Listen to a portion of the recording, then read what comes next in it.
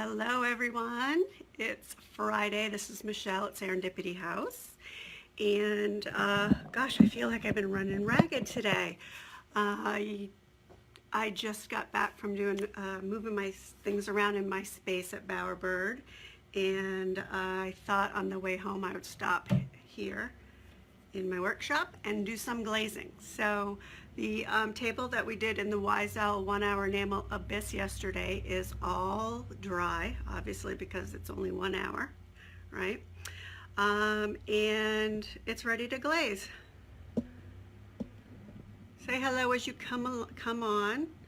All right, so I'm gonna let you see what it looks like. It's all dry, and it dried kind of matte. I think it's very pretty. The one thing that I have figured out, actually it's a reminder because I already kind of knew this, is that I tend to paint with a heavy hand. And so I had some drips. I'm not surprised. I'm used to using really thick paint and, loading my brush and going all texture. So it makes sense that there were some drips. Some I caught, some I went back and sanded a little bit. Honestly, if I wasn't going to be glazing this, I'd probably give it another coat because of the drips and the marks that I made, and that was definitely user error. So okay, so we're gonna glaze. Here's what I have all ready to go. Glazing is one of the few things. Glaze and stain are the only two things that I actually wear gloves for because they're super messy and I'm super messy. So I've got my gloves. I've got my shop towels. I've got a bunch of wet shop towels that I have just squeezed the water out of, and this is what I'm going to use to wipe my glaze back with. So I just kind of have a pile of those here because we're going to wipe on and then kind of wipe off to leave it in the spots that we want to leave it. All right, so I've got a bunch of those. I'm going to use my Klingon brush because my glaze is water-based, so Klingon brush. And then when I get to the top, I'm thinking I might make striations, so I have my big B20. I always want to say B12 because of the vitamin, I think. Maybe it is a 12. It says 120. Oh, no, it is B12. B12. I'm not crazy, and that's a good name because I want to call it that anyways. But I think I'm going to use this on the top. Okay.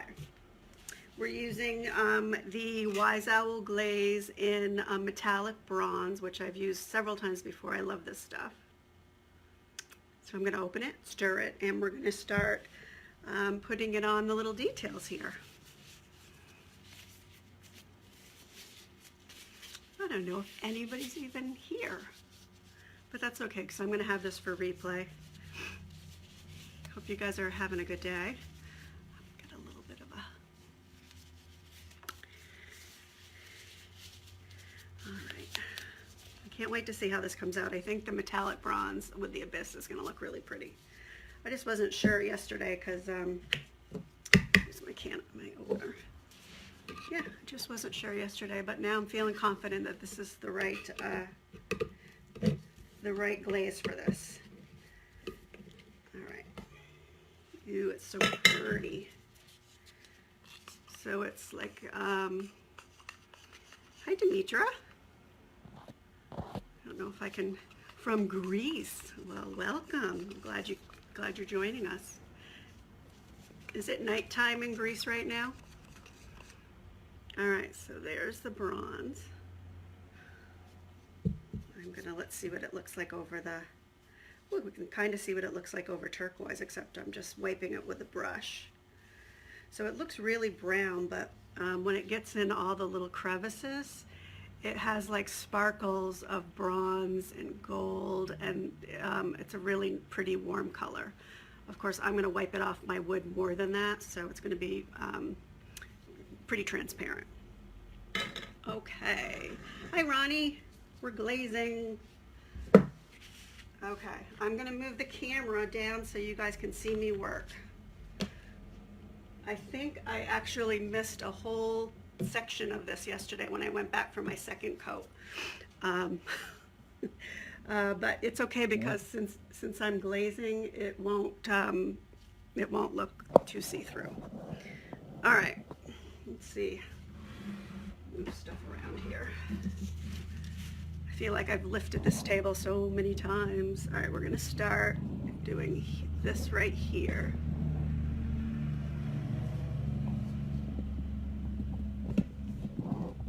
Oh my gosh. Except that I want to do kind of the front and not the side because I can't reach it.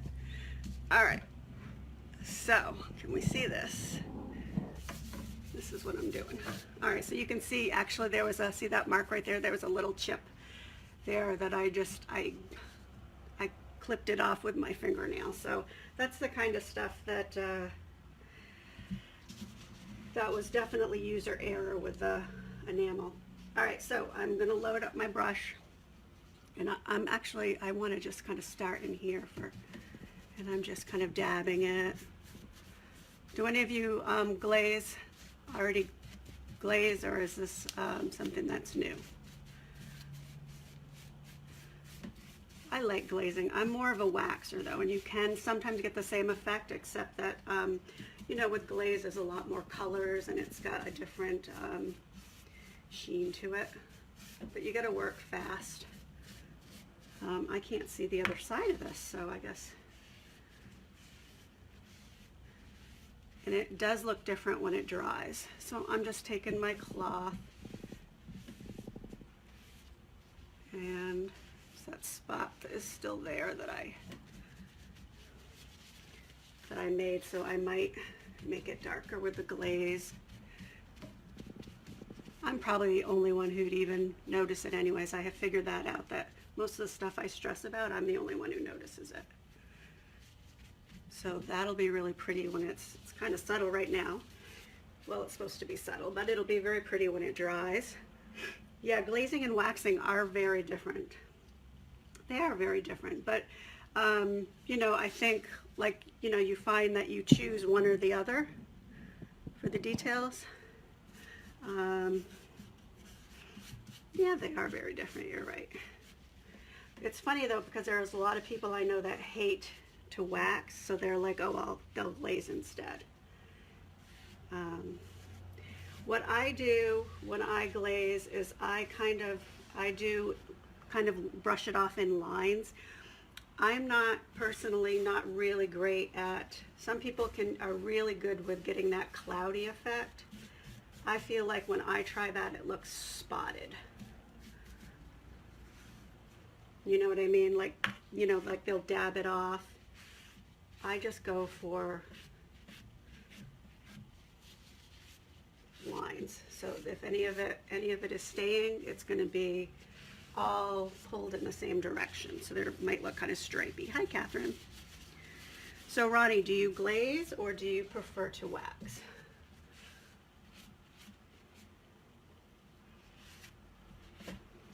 Also, less is more. I've done glaze before when I wasn't sure that I had enough, so I kind of overdid it. And when it dried, it was way darker than I thought. All right, so I think I'll do the top here at the same time. This doesn't, because I've got a wet cloth, I seem to have enough working time. It's not like drying on me. If glaze does dry on you, it is really hard to pull back up.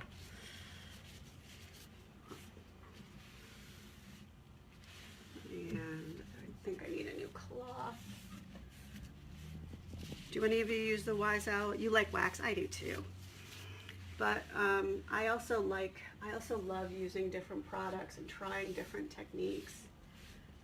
I'll show you this close up after I wipe it off here.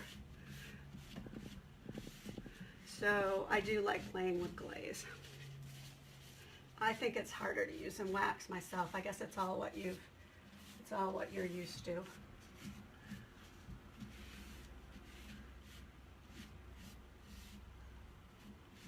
right, where I really want it is down in the grooves.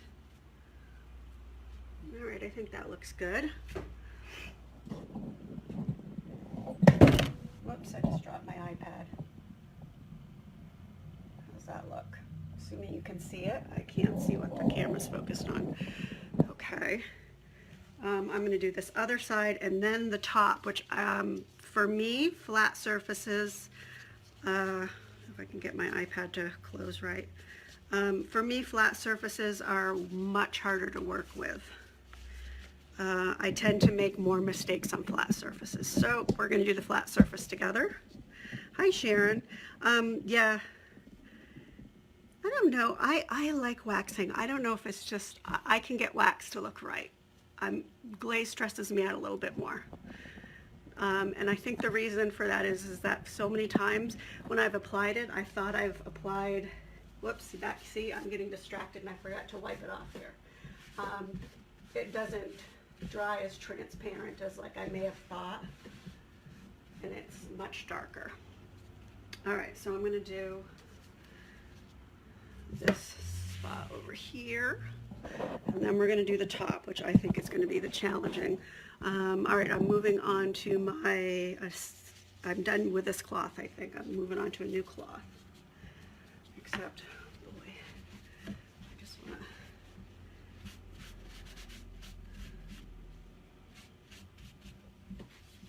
it does look pretty though from afar, the other side that I just did. This is a perfect color. All right, here we go. So we're just gonna smush it right into the medallion. I really want it like right into those crevices.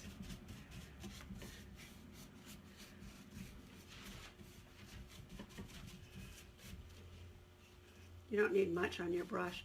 So this is the side that in spot, I think along here and up here, I missed my second coat of paint when I went back to do it. So, or I missed spots of it. So this is where the glaze will help be forgiving.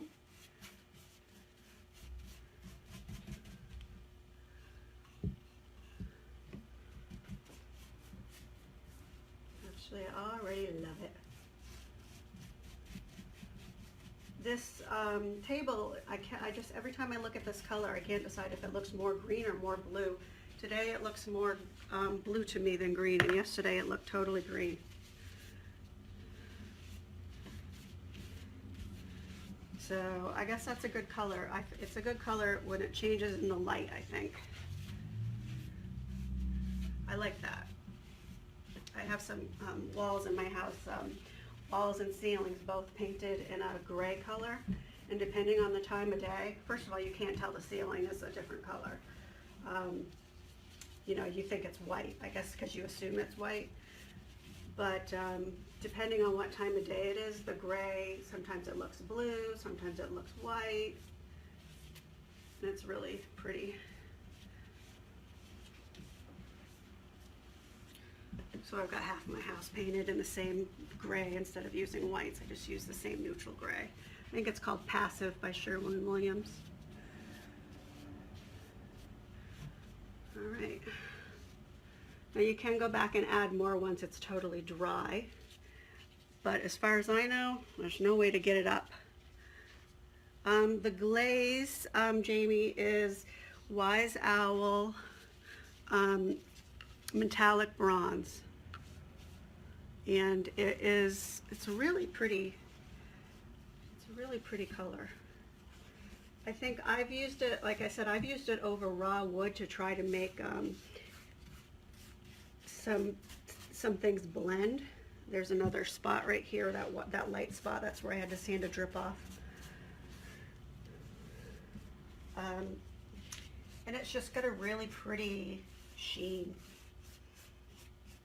Okay, so I'm using a clean cloth now.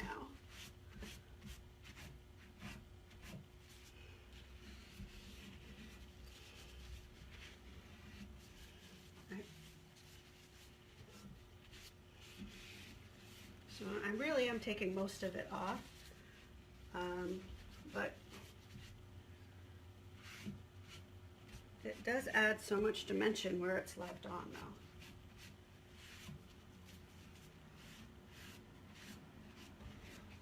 All right, yeah, it really did add a lot of dimension.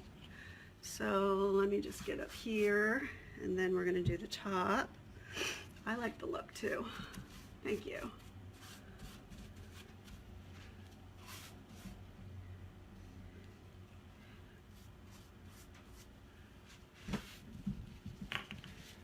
Yeah, you really don't need much, considering there's not many products you put on and then you wipe back off. It sounds a little wasteful, doesn't it? All right, I got to do this part because I just got it.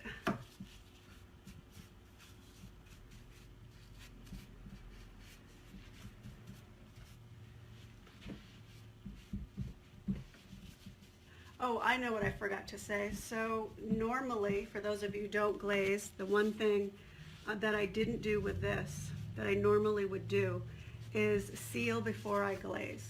Because, and the reason I didn't do it with this is because the paint already has like a built-in top coat to it. So if you're using a paint, like typically I use porous paints. And that means that as soon as the glaze hits it, it's going to soak in and color your paint. It's going to like stain it and you won't get it up. I've learned that the hard way. Sometimes it's not so bad, but if you're like trying to glaze a dark color over white, it will really change it and you kind of can't go back. All right, so can you see the difference in that? Let's see if I can show you. Can you see it? It's really pretty and subtle. It's not, there's no sunshine today, so it's not very, it's not a lot of light. All right, so, hey Paula. Yeah, I think it's a huge difference. Okay, I am going to now, this is one of those moments that I might regret. I'm going to do the top with you. It's iffy. I have a hard time with flat surfaces, so I'm going to lift the table down onto the ground and then I'll move the camera. Yeah, flat surfaces are much harder than, because, you know, sometimes the lines can look funny. So I'm going to try really hard to not have them look funny. All right. I feel like I've lifted this table up and down, this up here, too many times.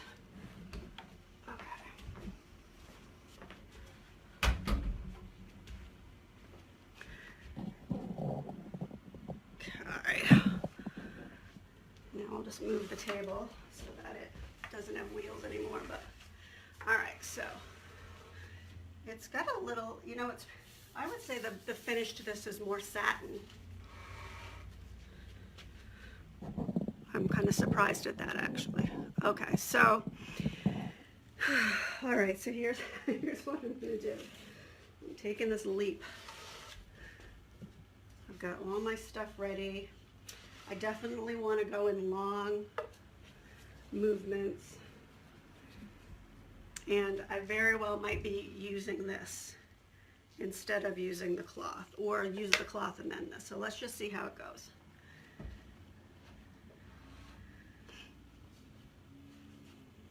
Okay. I want to get it right into, there's a little, right into this lip here.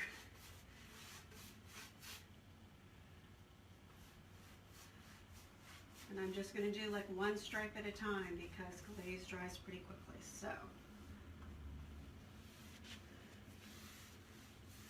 and you get, if you do keep overworking a spot of glaze, in my experience, what happens is it starts leaving this mark that you then can't get up. Like it won't take the glaze.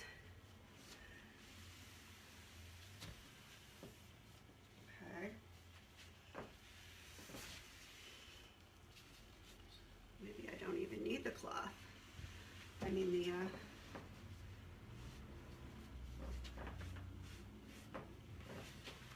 so I'm going to go with less is more, even though I really want to leave a lot in there. I know from experience that it shows up a lot more once it's dried. And then I'm going to do I want to, okay, so because my brush is dry, it's moving that around. It's still a little too much, so I'm going to go back in with my wet cloth.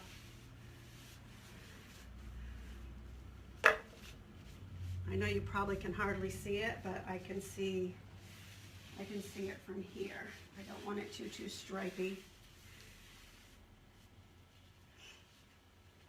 Yeah, that's really hard to see. Can you guys even see anything? Could you even see a change? Let me see. Maybe I can move a little closer and put the camera right straight down.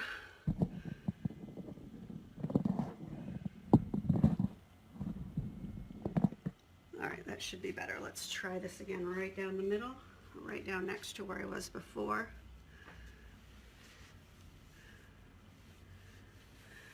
I'm gonna do that whole lip there.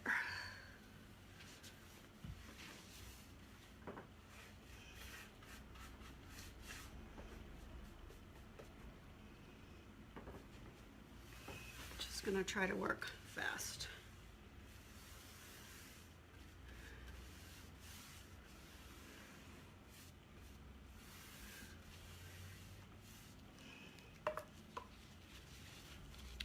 Cloth.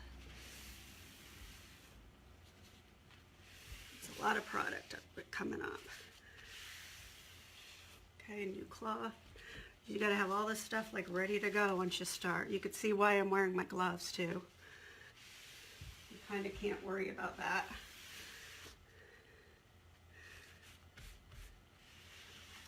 See, that might be a problem there where I just did this.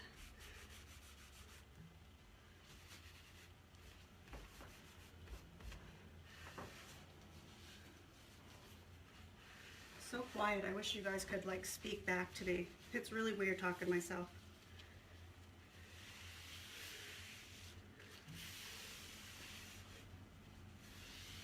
All right, and then let's just try to see if I can feather some of that.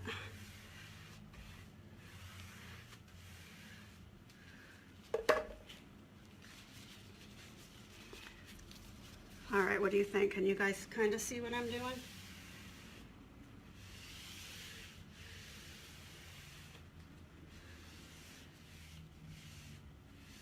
It doesn't look too stripy or spotted, so I think we're doing pretty well.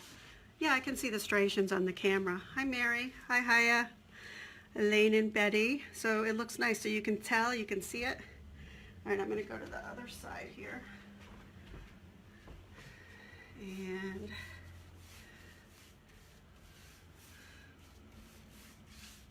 I think this adds a nice detail. And you know what, this is gonna be harder than a rock because the glaze is an acrylic, the paint is an enamel.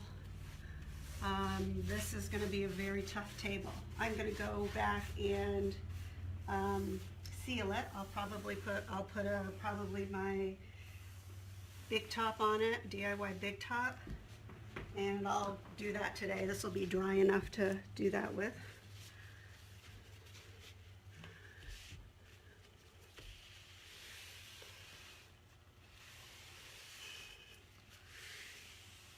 I could totally see this color combination on kitchen cabinets. I think it would be really pretty.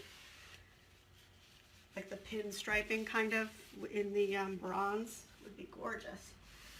It wouldn't surprise me actually if some of the Wise Owl people have already done it. Somebody in the shop asked me today about cabinets, and I just said I just have no desire to do kitchens. No desire at all. Sure, I could. Do I want to? No. Too much work. Too much not fun work. All right. So, yeah, I think that looks really pretty. Do you guys have any questions about the glaze? I'm trying to look at it on camera. I mean, it's got like highs and lows because of the lights. I bet you if I put my spotlight on it, it'll make it more glare. Let's see. You see that? Love it.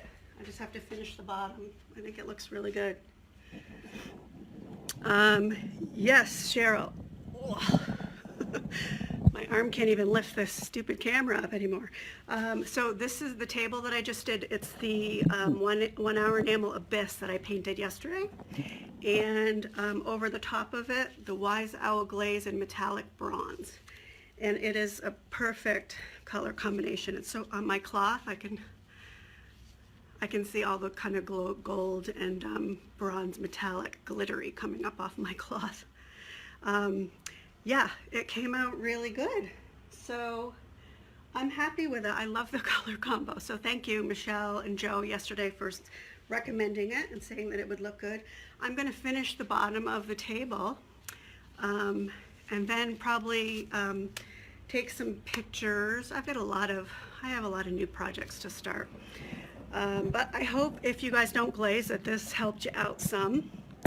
And if you do glaze and you know how to make that cloudy glazy finish without making it look like leopard spots, I would love to hear about that, because that's not a skill that I've mastered yet. And I'm always trying to learn new things. So yeah, so thanks for joining on this. I already knew I love the glaze because I've been using the glaze for a few years. But I think I really like the enamel, and I'm going to find some other things to paint with it. So yep, so you guys have a great weekend, and thanks for watching. Bye-bye. Hello, I'm back again. You had no time to miss me today. I'm working on this now.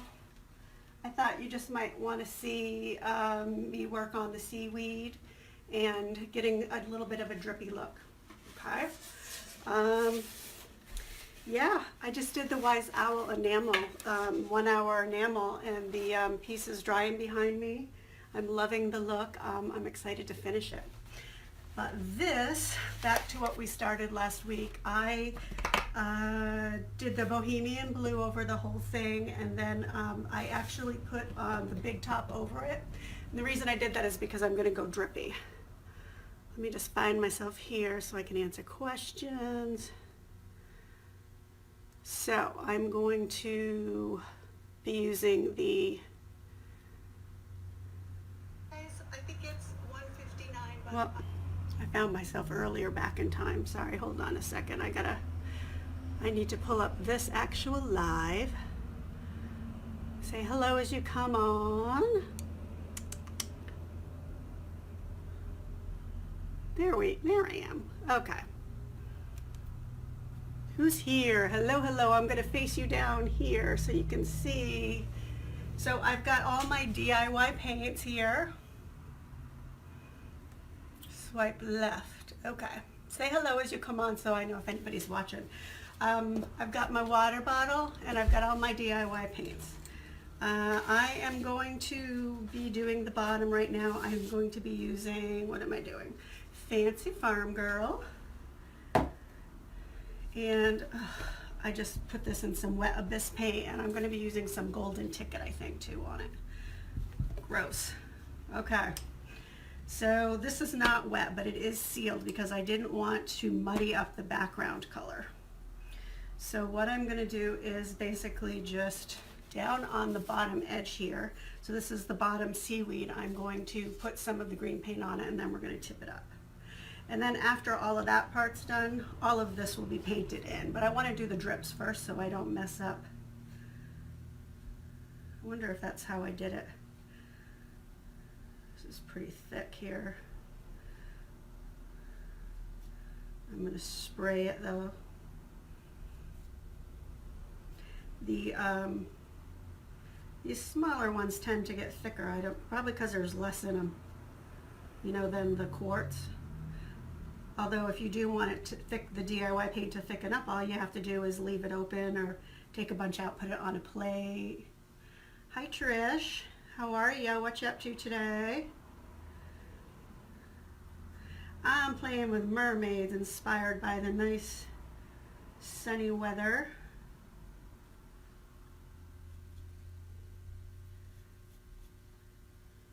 All right, so that is pretty thick here. Now I'm trying to remember if I did it in this order on the other one though. Like if I actually, well, I didn't have seaweed, so I made seaweed with the paint, so I guess that answers my own question. So the answer was no, because I did it a little differently. So I noticed, well, you guys haven't seen this completely dry. The new clay did not shrink even hardly at all on this. So I glued it on wet, and I had a couple of really small cracks in the mermaid, and I just filled it in with more, some more of the clay, and you can't even see it. All right, now I am going to just drip in a little bit of this so that I have a little color variation when I am at the bottom of this. This is Old 57. Look at how this is coming out. All right, the spray bottle is going to be key here. I'm going to put the golden ticket on last because that is not something I want to muddy up. I want to make sure that I don't waste that. I don't want it to kind of get lost in the middle there. Maybe a little bit of the, what's this, Queen Bee. I need a small brush.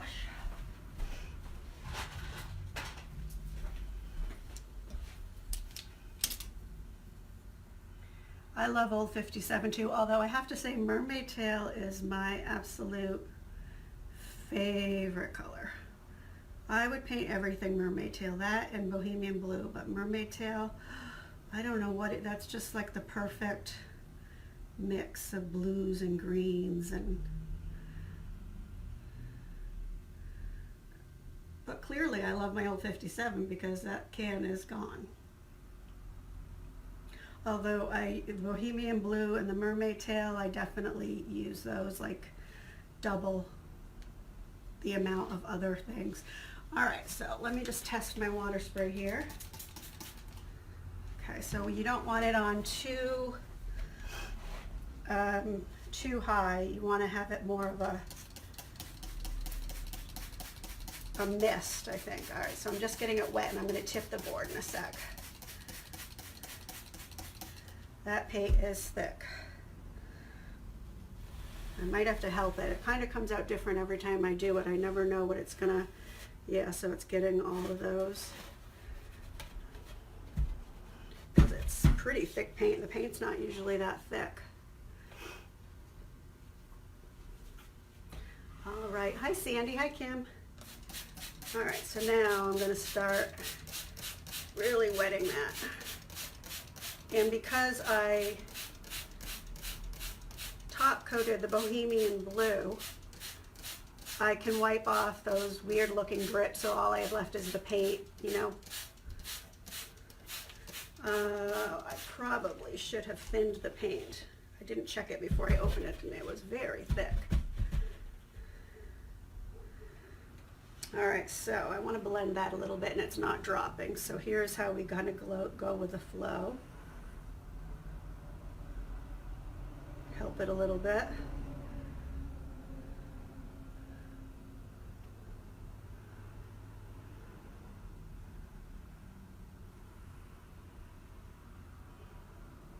And then I'm painting the molds that are sticking up. That's why I'm kind of going around them a little. It won't look so weird once they're painted in. I want to just try to get some movement in here.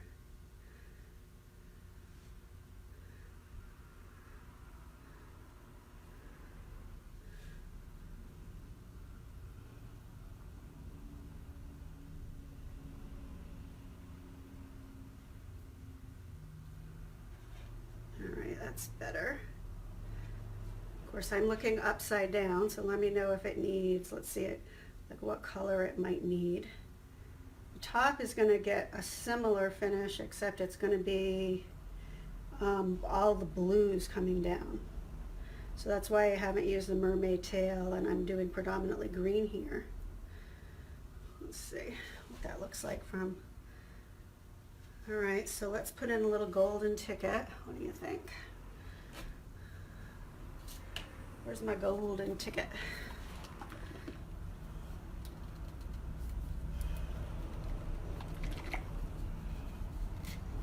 I love this stuff. I just sold out, but I've got 10 more of these coming. If you have not used Golden Ticket, you guys, you're missing out. It is amazing stuff.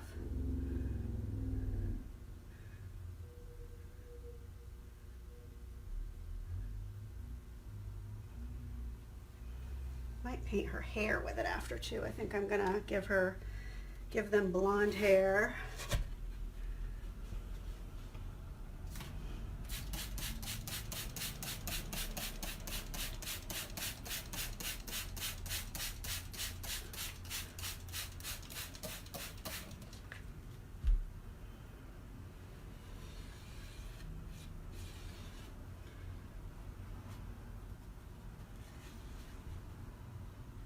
All right.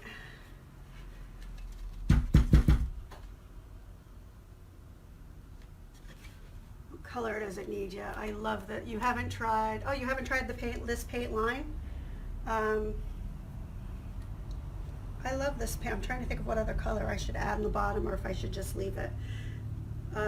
Yeah, I love this paint line. It's all natural and it's clay and chalk. So I do a lot of textural work, so that's one of the reasons why I love it. Here's what I think, my seaweed was going to be green, but now it's going to kind of, I guess I could leave that. I don't mind those marks there because, so I don't know what color I could do my seaweed now. I just kind of change that.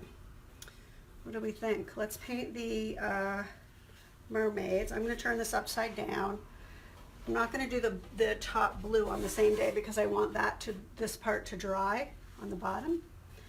And I don't mind those drips there. So we're going to use mermaid tail, which is my favorite color, on the ladies here, and then paint in their hair. And I don't remember what I did for their skin last time. What did I do last time? I must have mixed a color because I don't have a skin tone color. And I'm going to pour a little on a plate. This is my favorite color. I love this color. Love the mermaid tail. Love, love, love. I used to have a pair of shoes this color. I can't wear them anymore though because I try to be practical instead of stylish. You know, that's what happens when you get older. Okay, I'm trying to paint this upside down and kind of remember where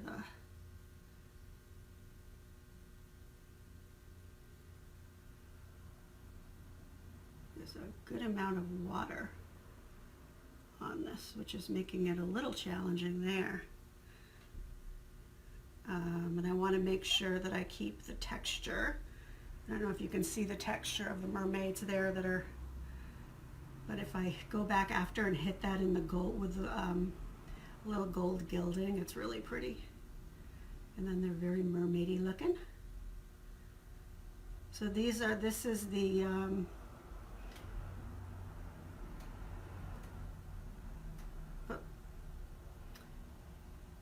can't talk and paint in the lines at the same time. This mold is the Sisters mold, the Sea Sisters mold from IOD. They're huge. I don't know if you can see how big these mermaids are. All right. I don't know what I did about the skin. I'm going to paint the other one the same color. I'm running out of space here though because I've got a million colors opened up.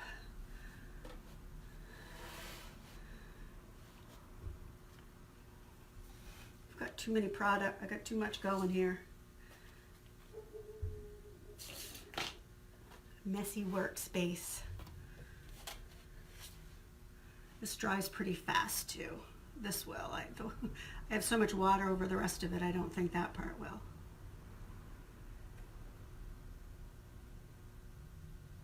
I'm just not sure what I'm going to do about the skin. I think I must have mixed some brown paint somehow for the other one. I don't have anything peach. They can't stay with the navy blue on them.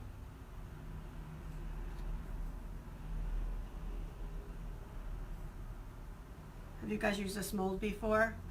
No, these are not made out of wood. These are made out of the new IOD clay.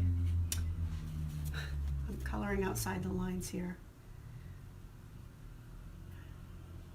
They're made with the new IOD clay, which is air dry clay, not paper clay. So it just came out recently.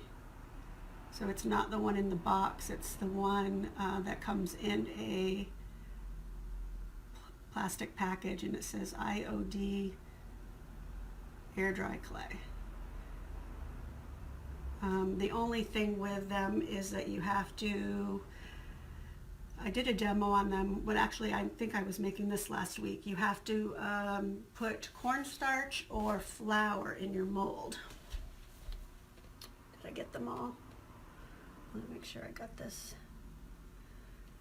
All right, let me, yeah, you have to put cornstarch or flour. Let's see what I have for skin color. What did I do last time? White? Burlap, maybe.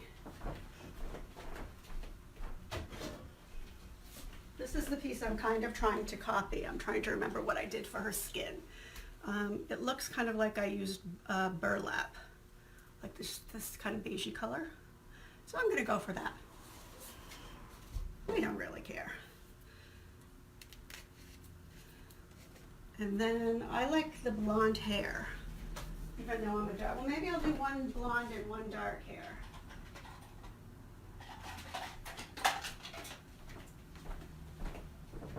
I have a dark one open. I have a weathered wood. All right. So I'm going to do one blonde and one dark hair. So let's do the skin first on both. I'm going to use faded burlap for that. I love my mermaid molds too. I haven't used them all that much actually because I'm going to try to frame this out and sell it, and we'll see. I'm not sure how excited people are going to be about beach stuff here. All right, this might need 2 coats because I've got the navy blue underneath it here.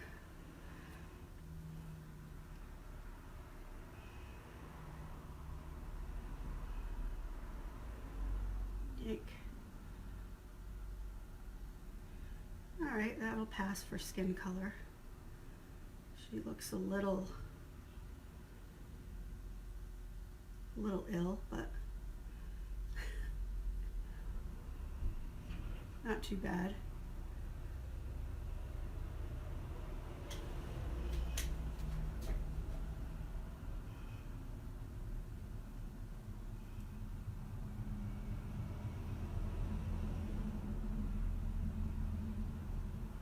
All right, how's that look? Does that skin color look all right? I can always go back and add. I guess I need to do her face.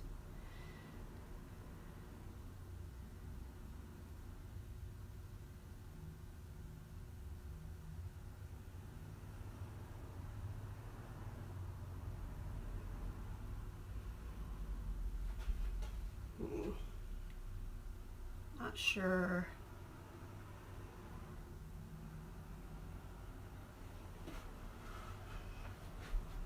Hi, Jean.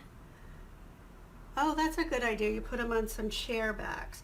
So let's see. So it's functional. Yeah, see, I'm kind of going with like, even though the mermaids are beachy, we have lakes here and people have pools and lakes. So, you know, lake houses. So I'm thinking maybe something, you know, they might like something in there for decoration. So not too beachy, but that's a good idea. So putting them on something functional is a great idea.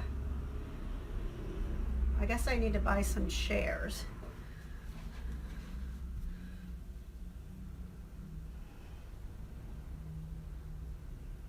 Be on the lookout for some chairs, but they have, you know, the kind of chairs I find around here a lot are the chairs with caning, and a lot of times they don't even have backs on them to put things on. They've got ladder backs.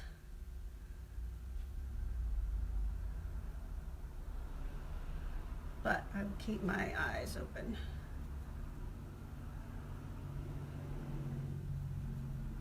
All right, I'm definitely going to need to turn these guys around to do the hair, because I'm thinking from where I am right now that they look kind of funny.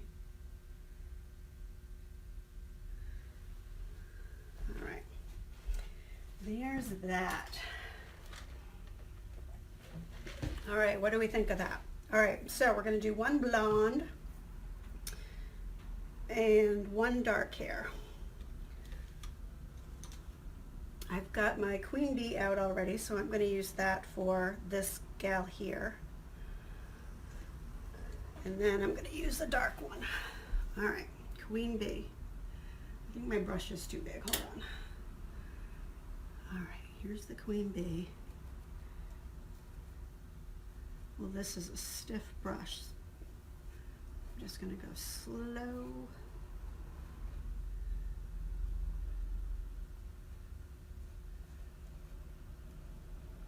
She's starting to look like a person. Well, a mermaid. We won't get into that debate.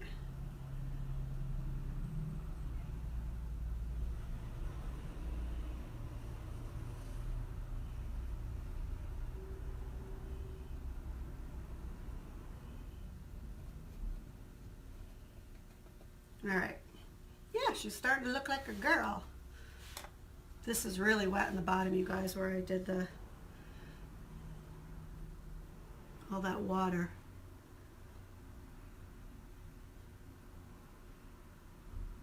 All right, now I'm just not sure where the hair ends here from this side here. Am I missing some? All right, I'll flip it over when I'm done. I'm going to do the dark hair. So I've got a weathered wood, which I don't use very often, but it's perfect for this. It's just a pretty kind of chocolatey brown. You like it, Faye? Oh, hey, Claire, how are ya? Haven't seen you in a while. Hope you're good. All right. I gotta move this over so you guys can see, and then we're gonna do a nice brunette over here.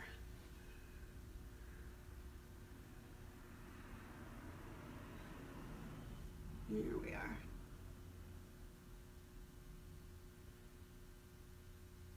She's gonna have to have highlights.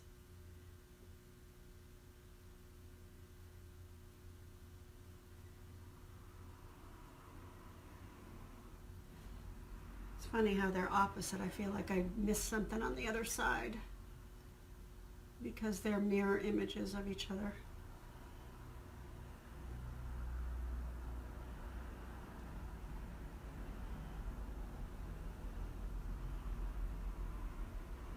Hopefully I'm actually doing the hair. I can't really tell.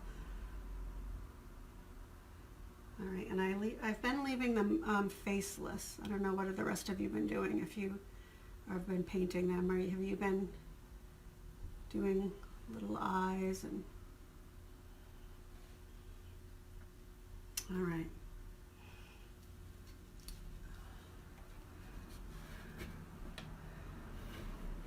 What are we? Well, they are getting there. I'm liking the bottom. All right, I think this is gonna dry. I might even let it dry, you know, upside down to if any more drips are going to happen, I'll let it keep dripping. And then tomorrow I'll go back, or whenever I get back to it, I'm going to go back and do the other side blue. I'm going to do some of the blue. I kind of did this opposite. I did the green on the bottom of this one. So I'm going to do this blue on the top after. But meanwhile, this is going to go sit behind me like this while it dries. So if anything else has to drip, it'll drip, and it'll be done. That'll take at least overnight. There's a lot of water on that. What else? Oh, I have to paint the seaweed. That's what I started to say. The seaweed is kind of the same color. See, although you can't even see it now. It's like I camouflaged it. But it's all the same color as the, I was going to do it the same color as the green, but now it's just going to blend in. So maybe I should make a new shade of green. I don't know. I gotta wait till all this dries though, or I'll start like pulling paint, and I don't want to do that. All right. Thanks, Carol. Thanks for watching. A darker green for the seaweed. Yeah. Maybe I could add a little bit of black to my Fancy Farm Girl and get kind of like an army green kind of color. That would look better than like a lime green, right? Probably that would look better than lime green. Yeah, Betty, I'm gonna go darker green. Great idea. All right, I'm really, truly, for sure done going live for today. So thanks, you guys. I'll show, I'll be back.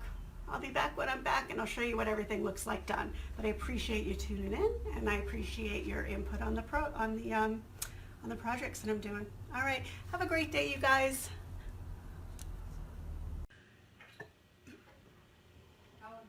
Very large rats. Hello, everybody. Happy Friday. It's Michelle at Serendipity House. I'm here today to play with the new IOD paper clay and do a quick little project. Although everything seems to turn into an hour, but let's see how that goes. So say hello when you come on so I know there's people watching, and I am going to just try to pull myself up on my iPad. It is an awful dreary, sleeting, rainy day here in New Hampshire, so it was kind of either craft or nap. I guess I chose craft. Okay, all right. So, I just received a couple days ago the new clay from IOD. This is what the new package looks like. Hold on, I gotta get rid of that. Okay, this is what the new package looks like. So if you have a package that looks different, if you have a box or a package, especially a package that's in, I think it was in like a foil, a silver foil, those are old products. And this is the brand new one that just came out. Now this isn't paper clay, this is air dry clay, and it's awesome. I've been playing with it. It is, I think, surpasses the stuff that I've been buying at the craft store while I've been waiting for it to come out. Hi Ronnie, thanks for joining. So this is what we're going to play with today. I want to say one thing. First though, I want to make sure that you guys, if you have received one of the clays from me, like in the last 6 months or so, in the box, it's a brown box that says IOD paper clay. Even if I put it in as a bonus in your box, message me, let me know if you had any problems with it, because I'll replace it. I want you guys to love the new clay, like they nailed it this time, okay? All right, so here's what we're gonna do. I don't know if you guys have been watching the video by IOD. I think it was last week. My hair's looking kind of funky today. I think it was last week they did this cool, they had a board and they did the laurel around it and put a thing of clay in the middle and stamped it with the kindest regards stamp. That's what I'm gonna do. I haven't done this project yet, so I'm just going to kind of copy what I think I saw. And yeah, so that's what I'm doing. Say hello when you come on. I didn't let anybody know I was going live, so nobody's expecting this, of course, because that's just how I roll. I kind of go with the mood. All right, so I just grabbed, this is just a piece of pine board that I had as a scrap in the back that it's, I think, 11 by 11. And it's just what I had. You could put this on anything. Okay, so first thing I'm going to do, I have a thing of clay already open, and you want to make sure to keep this, you're going to find this is a little bit more wet, a little bit more moist than the other clays were, because remember, it's air dry, it's not paper. but you still want to keep it covered when you're not using it, okay? So, yeah, so the first thing I'm going to do is I'm going to put a round piece of clay here.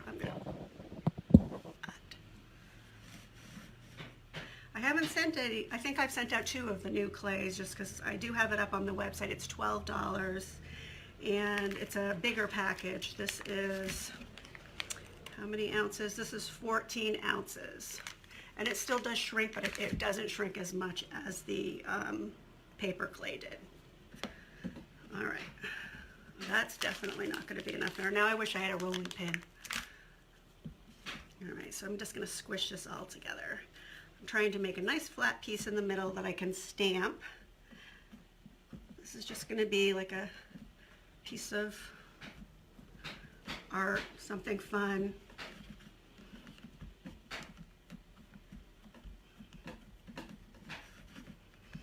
I don't have a roller, and as a matter of fact, the this clay I think works better if you dust the molds with cornstarch. I also didn't have cornstarch, so I had to run next door because there's like a gas station mini mart next door, and I bought flour because they didn't have cornstarch. That seems to work okay. I did this little piece of laurel, this little test piece here, and it worked well. So you do need cornstarch with this. All right.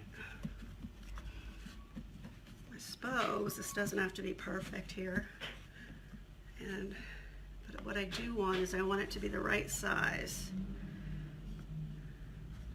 I think I'm going to stand up and push it in. Say hello. I see a number 10 on my screen there, but I only see Ronnie watching. Hi, Ronnie. Facebook likes the love, the likes, the hellos, the interaction. Otherwise, my videos don't get shared. All right, now I have a thing full of fingerprints. So I think a little, well, wait, hold on.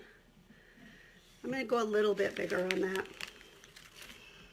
And then I think because I do have all these fingerprints and pus marks, when I glue it on, I'm going to just use the other side. All right, so I have my glue. I was going to draw. Actually, you know what? I'm going to glue this. I'm going to glue this, and then I'm going to flip it over. I'm just using my Type-On wood glue. Whenever I'm gluing to wood, that's usually what I use. I find it works pretty well, especially with the clays. The wood glue works fine. All right, flip this over. Try to get it centered.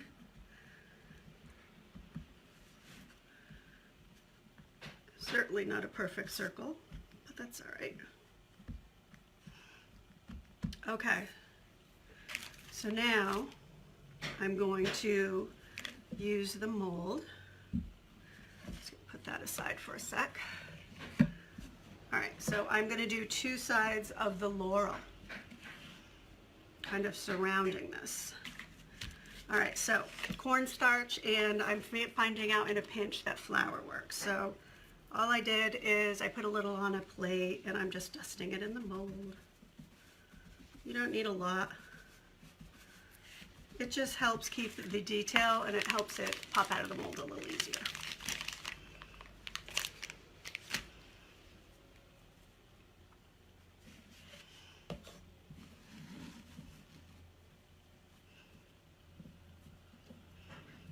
Squish it right into the mold.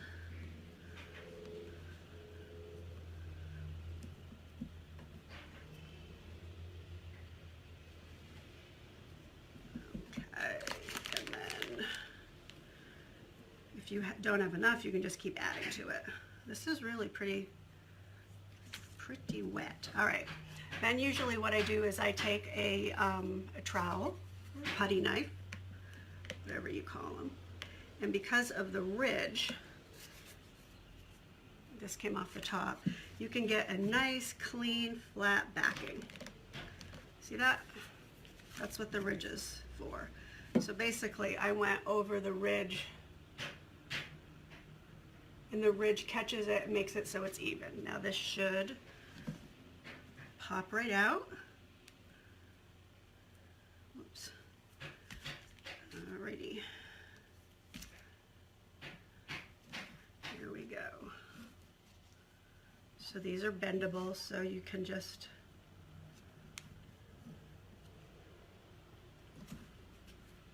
I know you can't see, but I'm bending and it's just popping out onto the table because I don't want to pull it. So there it is. You could do that in your hand too, but that is a perfectly detailed casting right there. Love it. And it's a nice weight too. Okay, before I put the laurel on, I'm going to glue them on. I am going to stamp this clay that I just did right there. So, kindest regards stamp. Hopefully I don't need to, whoops, it's upside down. And I am just gonna, I was gonna say hopefully I don't need to be flouring this because I'm just gonna press it right in.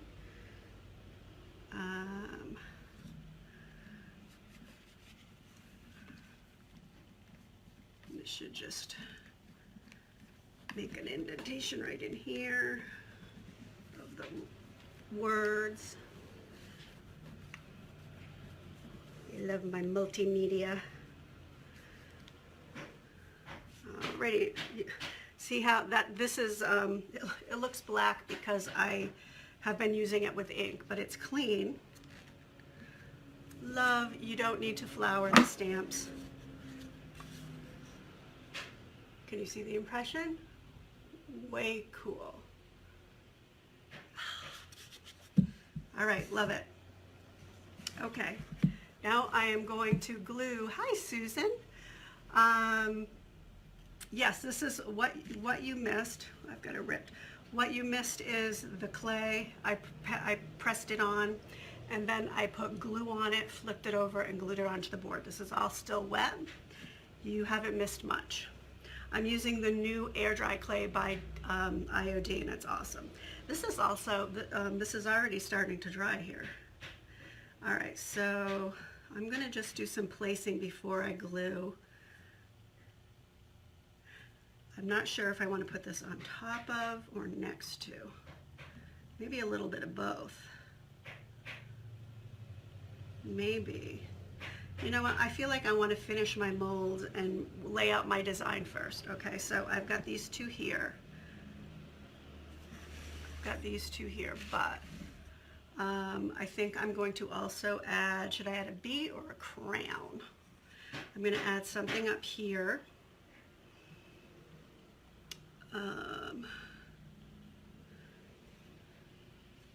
I am kind of indecisive here. All right.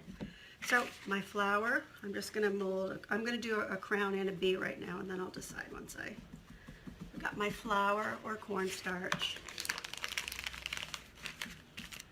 my new air dry clay. This stuff is nice and soft and squishy, and it's not drying as I'm using it, and it lifts really easily. The detail's pretty cool. Pretty good detail. And my big bee. You're welcome, Susan. All right, my spatula or my putty knife.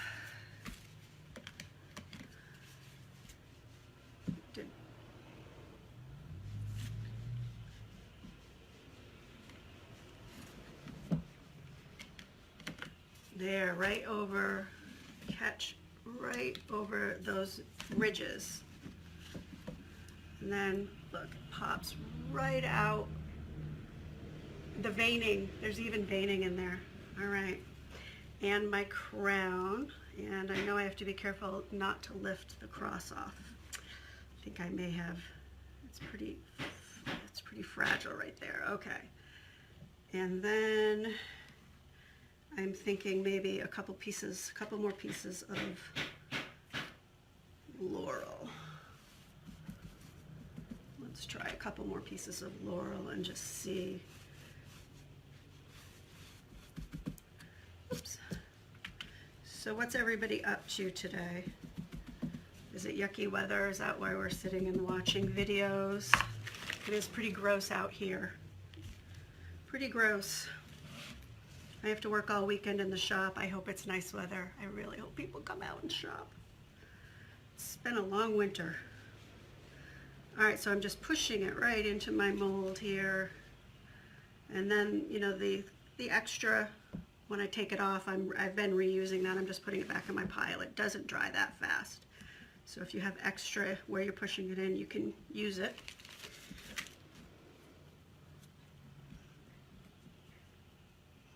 It's snowing, yeah. Ugh, it's sleeting. It's about 35 degrees here. There's no sunshine. It is just yucky out.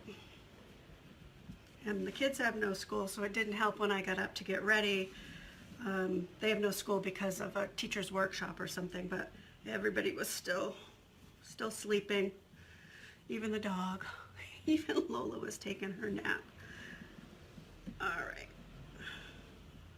Yeah, I put a lot of extra in there. I don't mean, it's kind of hard to gauge, but take it right off.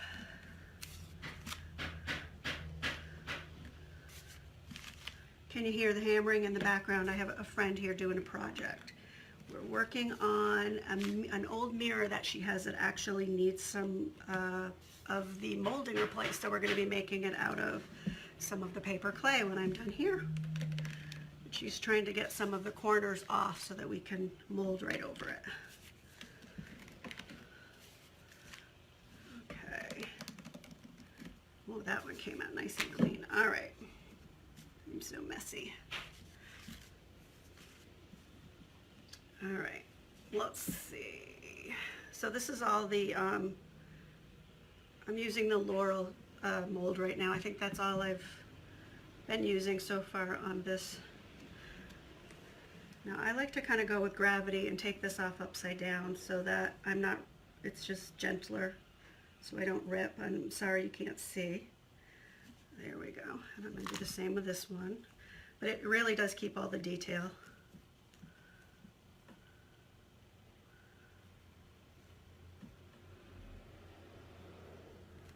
Okay, now I'm going to lay my design out. I think I've got enough pieces here, unless I decide to add a bunny or something.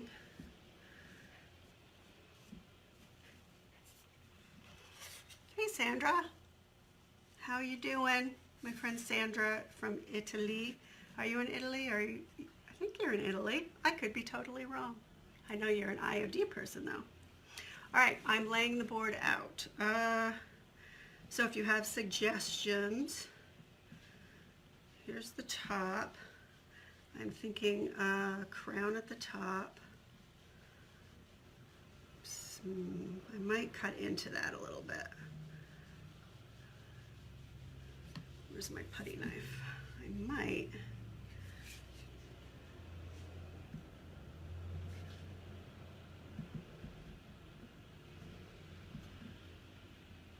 I'm going to retrofit the crown here. What do you think of that? Can you see? I kind of fit it right into the circle. Okay. And then, okay. I'm going to start gluing.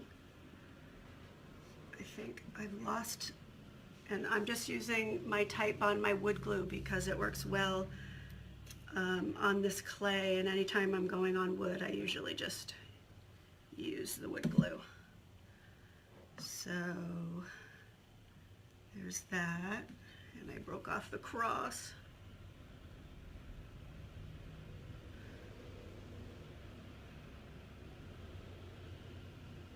Yes, in Italy. That, you don't even know how amazing it is, Sandra, that I remember that, because my memory is day by day. It's just seems to be getting worse. Alrighty.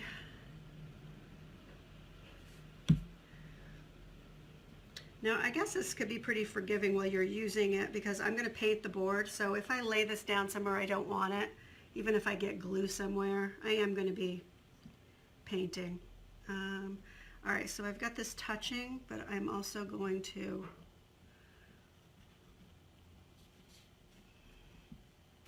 else I'm getting glue all over the place.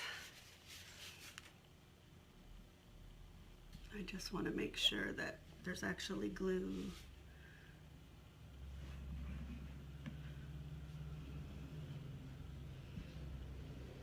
Because I put it, I don't know if you can tell, I'll hold it up when I'm done gluing. I put it on an angle here. Okay.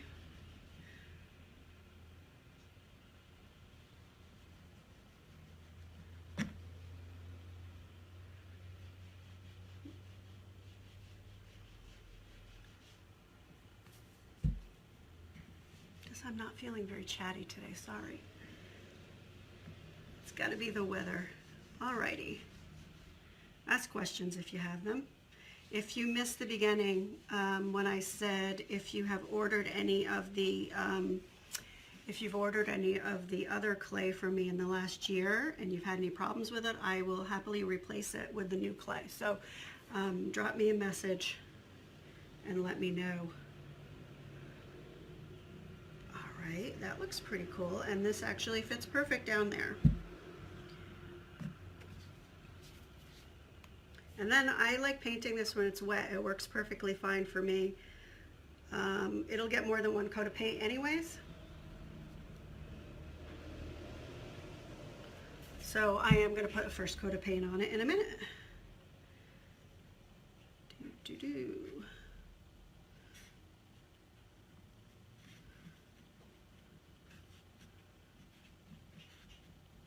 only thing I don't want is the glue that went into my lettering here, because I want that saved for like a whitewash or glaze to go into it.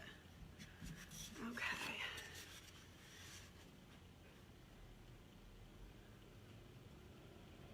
Pretty cool. Should I add something to the middle? What should I add to the middle? I don't think the bee goes. Does the bee go in the middle? Another crown? Anybody have any ideas? You can't hear me. Can other people not hear me? Am I just mumbling today? I could totally just be mumbling today. Can you guys hear me?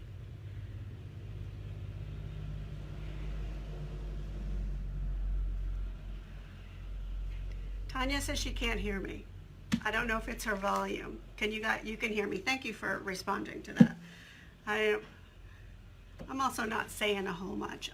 Turn your volume up and I'll try to talk a little bit louder and more clear. Okay, so should I put something in the middle or should I just paint?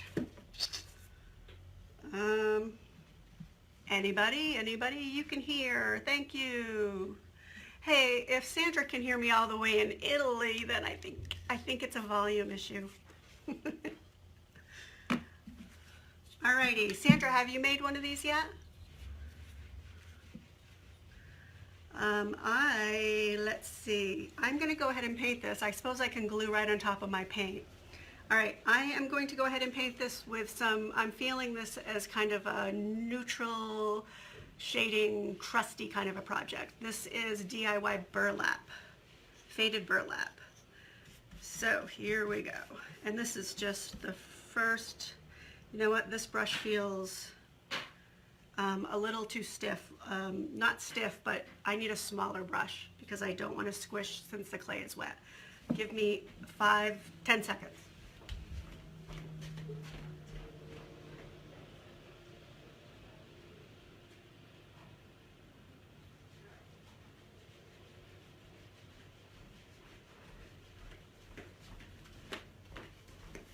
All right, I'm sorry. I had to get a brush that was smaller here because this one, I just don't want to squish the clay while it's wet.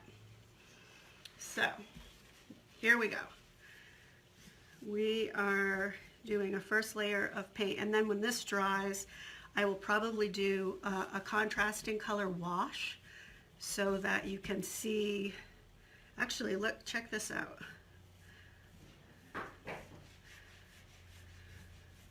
But this is how deep the grooves are in there. Look at this.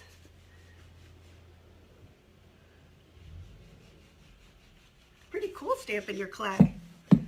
Pretty cool. you're in Florida, is the weather nice in Florida? Because not so much in lots of other places. All right. I think, do any of you have shops? This is a good workshop idea too, I think. I just don't know how long it's going to take to get to the very end, because I think it's going to need 2 coats of paint and, you know, maybe some glaze. I'm not sure how long this clay takes to dry, but look at this. Oh, it's so pretty. This clay is really awesome. Try it, and you're gonna like it better than the Michaels clay and the clay that I like it better than the craft store clay I've been using, quite honestly, and this is gonna be my clay from now on. And I'd be happy to replace any defunct clays that people have bought from me. I know I already said that, but it looks like I need an artist brush for all these little spots. But so this is gonna like crackle a little bit, because all of this kind of air dry, all the air dry clays and paper clays, they are kind of meant to look aged and vintagey and worn. But this will not shrink as much as the other clay. That I know. I've got a pretty big chunk of it in the middle here too, so it might take a little while to actually dry. But I think this is a good beginning. Just a little bit on the end here. Any questions about the clay or the molds?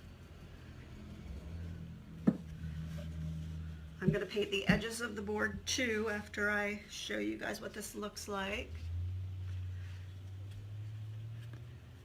All right, so that's just the first layer. So when it's completely dry, I'm going to go back and I'll probably do like a whitewash over it and do some shading, and with a little bit of dark wax after, because you know how I love my dark wax. And then it will be done. Unless I decide to put something in the middle. I'm not sure if it needs something else, but that was a fun, simple, quick little project and something to hang on the wall. It'll be beautiful when it's done. Maybe even a little gold gilding wax. Hey, Haya. Tell me how to pronounce your name. Can you like phonetically? Heya.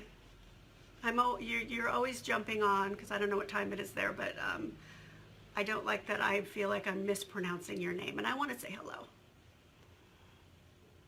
All right, what do we think? Hi, Deanne.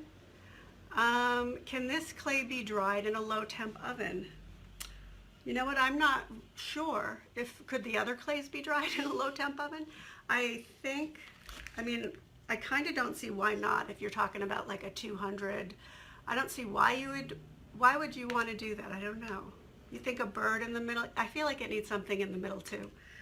I am not sure. Haya and Sandra are both retailers, I believe. Do you know if the new IOD clay can be put in the oven? I'm going to have to ask on that. I'm not sure what situation you'd need to put it in the oven for. I guess if you're using it for a different project out of the molds and you wanted to dry it faster, maybe. Causes them to dry quickly and crack more. Okay. A heat gun would do that too. I know you can do a heat gun on them. But I don't want to give you the wrong answer. So I will ask IOD. That is a good question. I think I am going to put a bird in the middle. Let's see. Do I have a bird? I know I have bird stamps. Do I have a bird mold? I've got the rooster and the bunny. I've got feathers and mermaids. Do we have a bird? I'm feeling like I don't. 4, 5, 6, 7. The only bird I have is a rooster. Yeah. Do you know, Sandra, do you know about putting them in the oven? So the B, what are you saying? A B in the top left. Okay, so let's do this. How can we not have a bird? The bird stamps are awesome. I like layering. I could always add a bird stamp, or I don't think a chunk of clay with a bird. Is that what you're thinking? You know what, let's just add the rooster to the middle. I like the bird idea, and the rooster's kind of cool. Where is he? The rooster is in the fleur-de-lis. Well, look, the paint's already drying. It's already, all right, so let's add a rooster. Where is he? Thank you. I always go back and look at things, and I often, after I go off camera here, end up adding things because, you know, I can sit back and look at it and see it differently than I am when I'm kind of trying to talk and in the middle of everything. And I could tell that it does kind of look a little like it's needing something. All right. On the mound, yes, the heat gun. You know what? It took me forever, Dan, to finally decide to get a heat gun. I actually, because I used to do a lot of epoxy, and I actually, for some reason, preferred my big blowtorch. Well, I have since ditched that, and I no longer buy butane, which is quite nice. And I use my heat gun to crackle stuff, to dry stuff quickly. If I need to dry something faster, if I want to throw another layer on it before I head home for the day. And I use it quite a lot. And they're not expensive. I think you can get a decent heat gun for like 20 bucks, $25. Get one that has temperatures on it so that you have more control over, you don't just want high and low, you want the temperature setting. And if you do a lot of crafts, you'll get your money out of it. It'll definitely pay off. All right, here's the rooster. Yes, I am, Denise, I am going to put him on the mound. All right, so I'm going to try to drop him in my hand without losing any of them. Ooh, ooh, ooh. Yay! Amazing detail.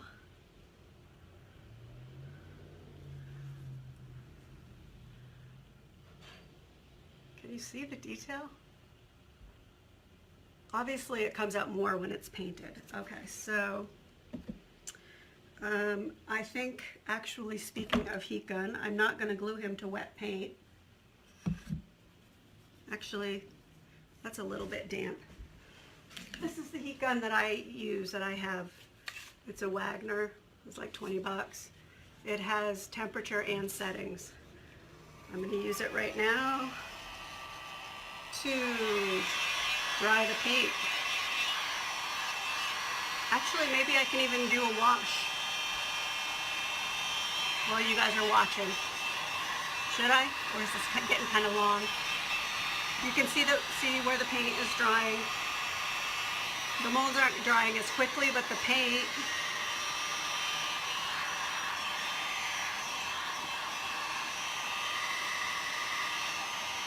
now you got to be careful not to have your heat gun on too high, because using a heat gun is also a good way to strip your paint. So if somebody says, I don't want to use stripper, and someone else says, oh, use your heat gun, what they're doing is they're turning this on the highest temperature, on the highest speed, and they're basically melting the paint. Like, it'll bubble up and melt right off. So that's why you need one with speeds and with temperature, so you're not doing that to your craft projects. All right, so alrighty. So the chicken, the rooster guy, is going right in the middle.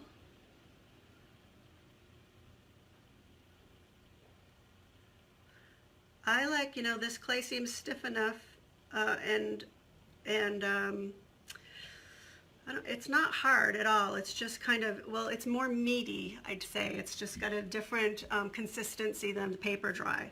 But I mean, look, the head and the leg here, which are pretty delicate, are not even like bending on me. They're staying nice and stiff. You can come in here if you want, Jean. You don't need to hide in the other room. Oh, I was just trying to clear out the rest of the stuff.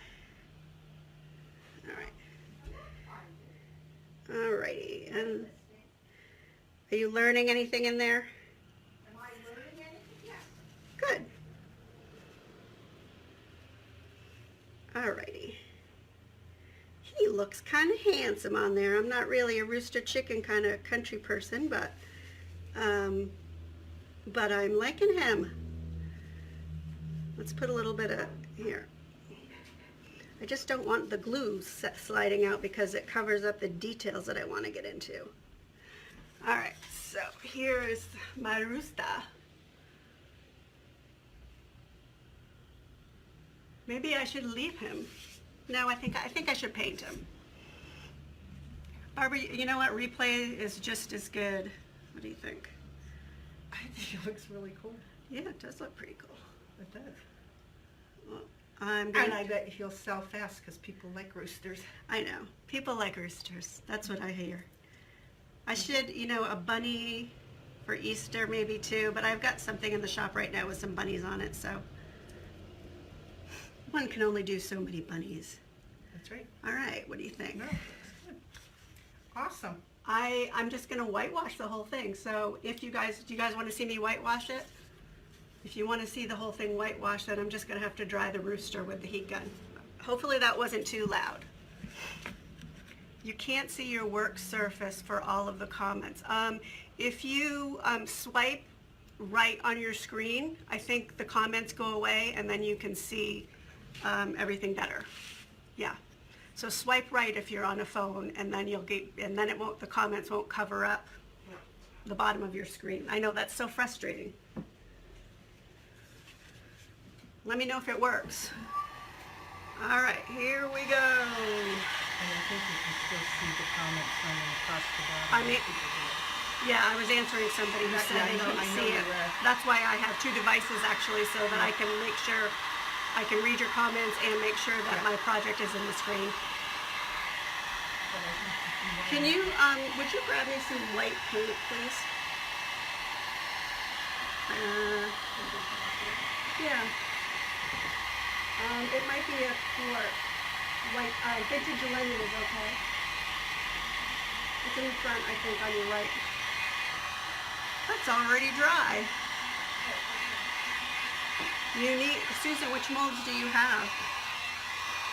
I mix and match all of mine. I think this is...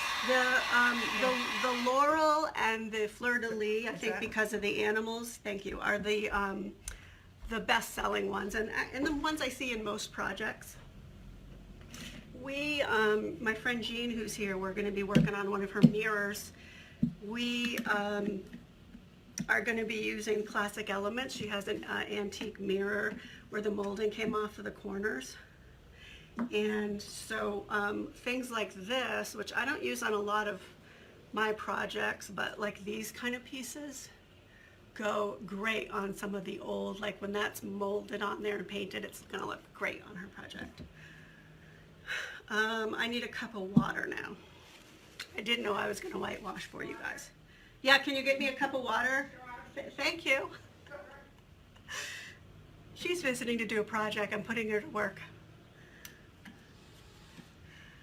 Alrighty. Oh good, I'm glad it worked to get rid of the comments.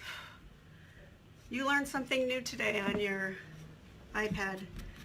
Alright, so Reminds me of one of the kids' shows. to whitewash. Where somebody's in the background helping the person. Can you get me an empty cup, please? Oh, sure. I'm going to show you how I mix my paint for a whitewash. Probably actually right behind that screen. All right, so I have a cup of water, big, huge Solo cup. You probably need like a half an inch. But Jean's an overachiever, so she brought me a whole cup of water. You didn't tell me. All right, I am going to use vintage linen, which is like a creamy white. It's not a bright white. And honestly, I'm just going to dip my brush in here.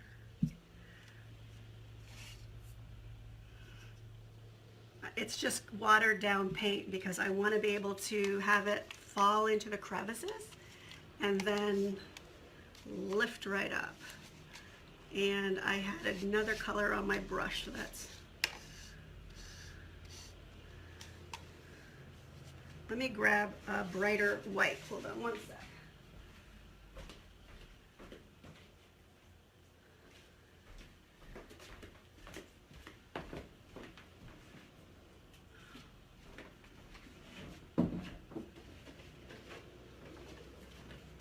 All right, I think instead of the vintage linen, I'm going to use the swan white, which is like a nice bright white. Dumping a little bit in here. Tad of water.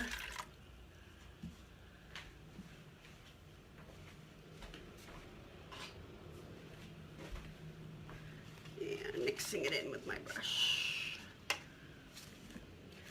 I do, do any of you whitewash on your furniture pieces? I like to whitewash and glaze and do that kind of stuff because it really adds dimension when you wipe it up. So it's a good trick. It's a good trick to have. Gotta love a helper. I do. I never have helpers here. Alrighty, so I'm gonna do the inside. I've got this little brush so I don't have to leave you again because my other brushes that I was just using have paint on them, dark paint on them. So I'm making sure that it's falling, I mean it's falling into all of these crevices. So all the little details of the mold and the writing, that's where all of this is going to land.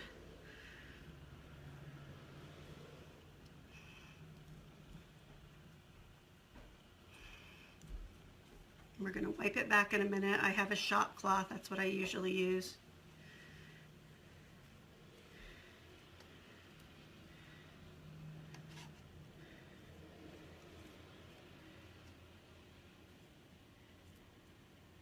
It's just getting it into all those little V marks of this particular mold.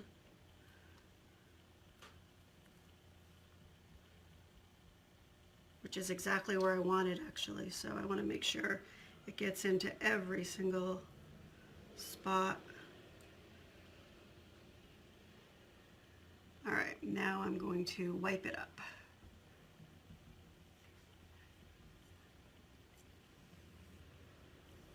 Well, actually, I'm not going to wipe it up yet. I'm going to wipe it up after I make a mess everywhere else. This paint is very porous, so it very well could have soaked in a lot on the board, but I think it's going to wipe up just fine on the clay. Okay, so I just have a dry shop cloth here.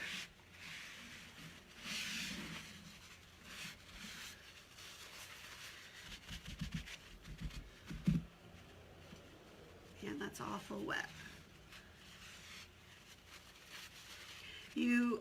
This might come out better if you do it when your clay is dry. I like trying to do things all at once for me because I'm seeing if it's possible to do it like in a 2-hour window of a class, you know, how it comes out. But certainly if you have the time, waiting until it's all dry, it would be less delicate. But I think that's coming out actually kind of cool.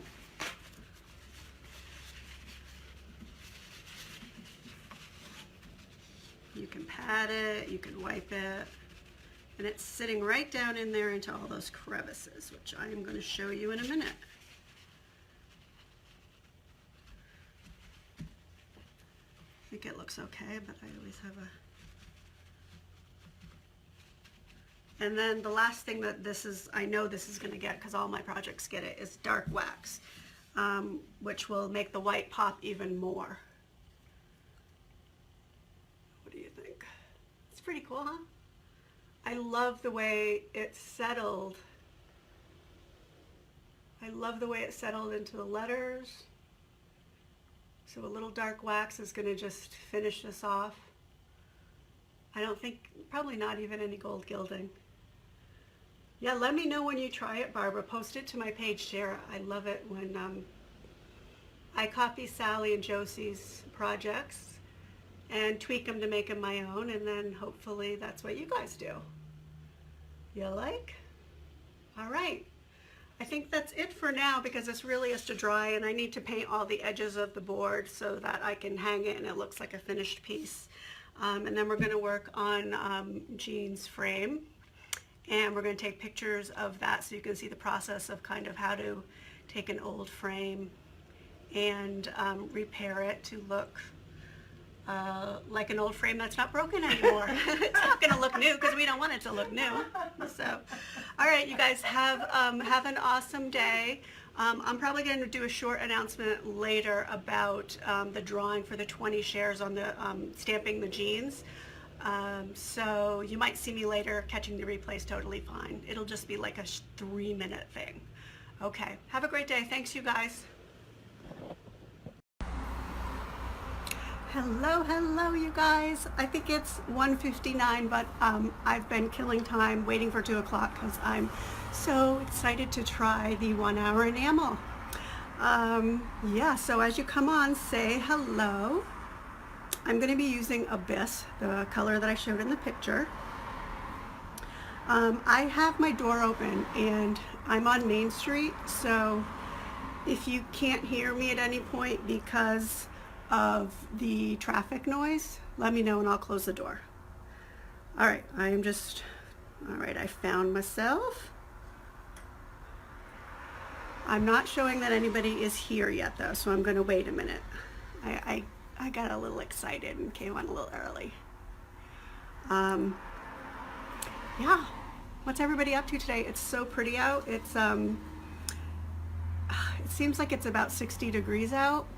And I was watching my neighbors outside with t-shirts on and everything, so I went outside and I'm wearing flip-flops and it's super windy, so I'm actually kind of chilly. But I'm not going to complain because the snow's melting. Hey, Sarah, so glad you're here. I mailed your package this morning. I'm so happy you won. So you have one side of Ladies in Waiting coming to, which is 2 of the smaller transfers, and they're awesome. So I can't wait to see what you do with them. Can you hear me okay? I was just saying before you came on, the doors open and I'm on Main Street. The traffic seems loud to me. Yeah, the pollen gets me really bad too, and I have to stay inside. We have our house locked up like a fortress and start putting the air conditioner on as soon as it gets hot because of the pollen. All right, so 1 hour enamel. Let me know if the traffic's too loud. There's nothing now, but there will be again in a minute. All right, so guys, this is my first time using it. So if anybody is here who has used it before, then please go ahead and let me know what you think, or give me your input. You know that I don't mind making mistakes or learning along with you. I mean, I've used enamel before, so I'm going to go on the principles of what I know. I just haven't used this enamel before.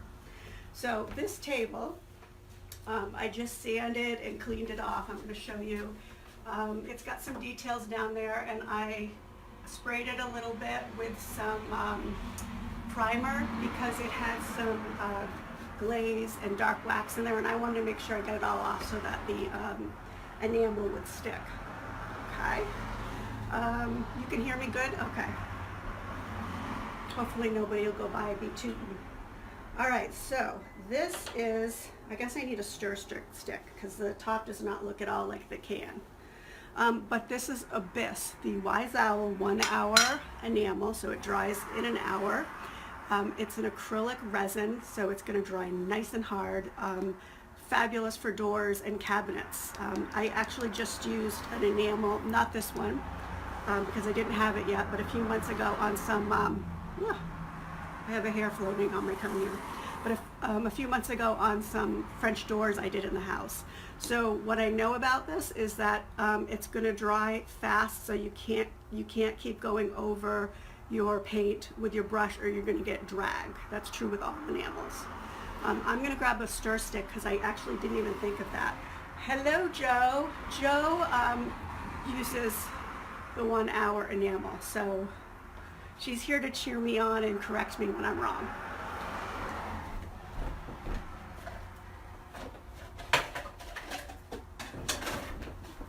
All right, I love this color. It, oh. I can't wait to see what it looks like dry. So this table here is a table that I've painted twice, and I usually don't repaint my stuff. I'm usually like, take it out and bring it back in, because I believe there's a piece for everyone. And I thought it was neutral enough. It was, it actually has been painted so long that it was when I used to use Annie Sloan, and it was painted duck egg. And I haven't used Annie Sloan in like 4 years. And I brought it in and out of the store. And so last time I brought it here, I started using it to put projects on, and I got it all marked up with paint, so it needs to be now repainted. And it's a perfect, oh, I love that. Hi Sissy, hi Paula. Does it need two coats? So Joe is saying yes. I don't think it's any, it's not, doesn't seem any, it has a typical consistency, I would say, to other enamel acrylics. It's not thick like a chalk paint. I'm trying to hold it without dropping it. It's pretty thin. So I'm going to say 2 coats and no top coat, right Joe? Although my plan is to glaze it, so I am going to be glazing it and then doing a top coat, but I'm pretty sure you don't need a top coat with the enamel. So Joe can tell me whether that's correct or not. All right, I'm just going to start painting. I'm using my Klingon brush. It will be, which is fine. I can clean it after with soap and water. I usually use Dawn. All right, for good coverage, 2 coats, no top coat, as there's, yeah, the acrylics you don't need, and the enamels you don't need top coat with. That's what I thought. New to this one. All right, here we go. This is Abyss. I love the color. So ideally, you know what? The traffic is bothering me. I know it's not too loud, but it's distracting me. I'm going to close my door. All right, much better, because I feel like I'm screaming. Okay. Ideally, what you want to do with this type of paint, though, is to do one good long brush stroke, because like I said, you don't want to get drag if it dries fast. This is a long table, like 60 inches, so I'm not sure I'll be able to do that, but I'm going to do my best. All right, and it's on, I put wheels under it. All right, I'm going to pay attention to my table, and Joe will answer your questions. Thank you, Joe. Oh, very smooth. And I'm going to come, it's got a little lip on it, so we'll have to go back. I'm going to try to work fast and smooth it out so it's self-leveling. I can already tell. Very different from the chalk paints, obviously. I don't know how many of you have ever used an enamel paint. It's more typical, like if you're going to paint your doors or something, like I've always gone and bought Sherwin-Williams or something, like a commercial grade enamel. I love this, I can already tell, especially if it dries in an hour. So Joe, after it dries in an hour, what do you do? I'm going to take advantage of Joe while she's here and have her answer some questions. I know what I'm going to do. I guess I want to know, I usually don't sand between coats when I do 2 coats of paint, unless there's something in the paint that I need to sand up. So my plan was to do a second coat after an hour and then glaze tomorrow. What do you think? Oh, it's very green. I don't know if it's going to dry lighter or darker. Look how pretty.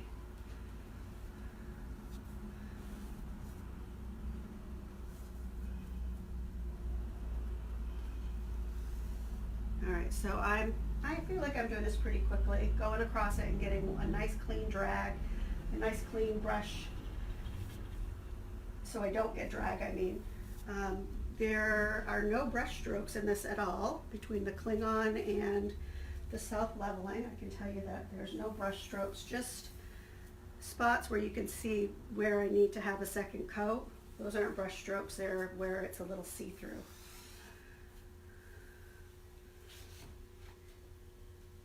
Trying to finish the top before I look up for questions. It has a little bit of an odor, but it is an enamel, but very little. I don't smell it until I put my nose in the can here. You don't sand between. Okay, good. I also don't sand in between my chalk paints because I use water so that I don't have to do all that sanding. Or if I'm going for something that really textural, I don't want to sand in between anyways because I want the texture. It goes on nice and smooth. Oh, I picked the right brush. Yeah, I'm using a flat. I use my flat Klingons the most. I use my round ones if I'm doing, if I want to do really textural because it just holds so much more paint. All right, so I'm going to do around the edge, and then the test for me, because honestly I don't do a lot of flat pieces. So I'm going to pick this up, put it on the table, move the camera because I'm going to do all of the little. I'm going to do the legs and all the little medallions, and I'm hoping I can do them fast enough that it's not going to drag on me. So let me just get the edges here. I'm guessing this won't come off my clothes too if I get it on. And look, I'm so messy. I'm a dripper, and I'm going to have my hands in that, and then my hands are going to get wiped on my butt. I did do it fast. Sissy, I was trying to do it fast because I was afraid of drag. This actually isn't as bad as when I was doing my French doors. I'm telling you, I thought I was going pretty fast, but you have to go like in an X kind of in between. There were like 16 or 24 panes of glass. I was getting drag on that. So this actually is good. I think that the time on this is good. All right, so I'm just going to go around these edges here.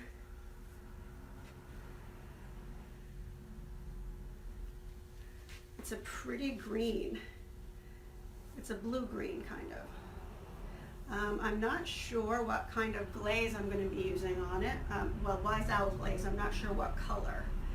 I would really like to try the white glaze because I haven't used that yet, but I'm not sure that's the right color for this. I might choose the bronze. See, I'm just dripping here. I might choose the bronze glaze. Have you glazed this color yet, Joe? I don't know what color glaze to use.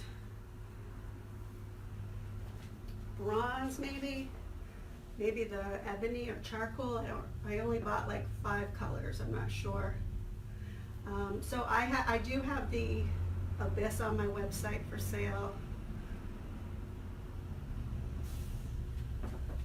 If I run out, I can get more. I'm just buying in small quantities to see what the interest is. This is so pretty. This is something that I think I would be really happy to put in my sprayer and maybe do some outdoor furniture with. I think, yeah, this would work awesome. It looks like, I hadn't thought about the finish, but it's going to be kind of a satin maybe. Yeah, that is so neat. And for somebody who is used to painting with texture, this is very different. I love it. All right, now I'm going to move the table and the camera so we can see how it is like to paint the bottom, which is the real test, but I think it's got plenty of open time. You know, you don't have to work as like such a maniac. Okay, let's see. All right, here goes nothing. This is why I need shoulder surgeries. Ugh. Okay.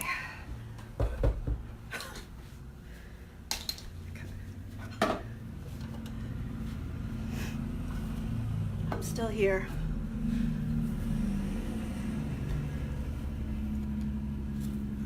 just trying, this is the table that I was propping my camera on all the time, so now,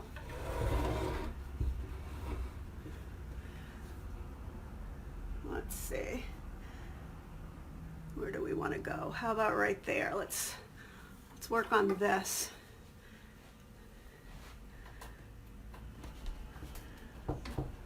All right, I'm strong. You know what, I do everything myself. This is the kind of thing where there's never anybody around, and I have a hard time asking for help. Make sure I prime what? Could you use that on metal? Oh, okay, thank you, sorry. Yes, I think, I don't like using primer unless I absolutely have to. And so I wanted to see if this was going to work. It's, you know, I cleaned it really well. I sanded the top. I cleaned all the rest of this with mineral spirit, scrubbed it down till nothing was coming off my cloth. But priming is mostly to make things stick, right? I know I'm not going to get any bleed through on this because it's already been, I'm not sure if it was primed already, but I'm just taking that chance, I guess.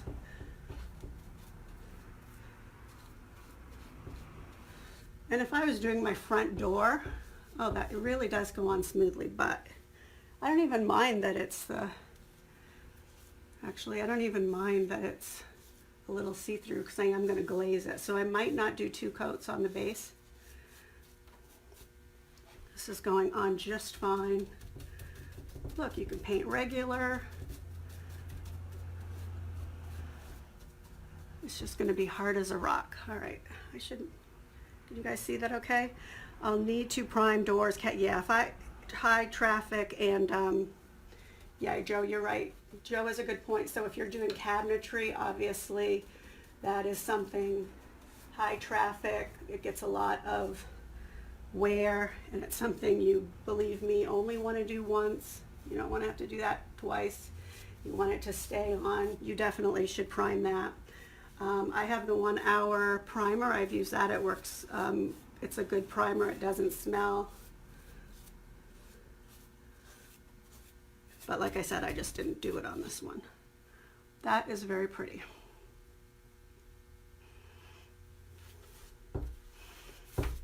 So I guess what I have to make sure is just like you can't keep going back over it.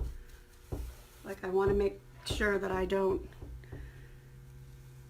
you know, that if I'm starting something linear, I want to go all the way across on it. But it is a pretty color. Thank you for answering all the questions, Joe.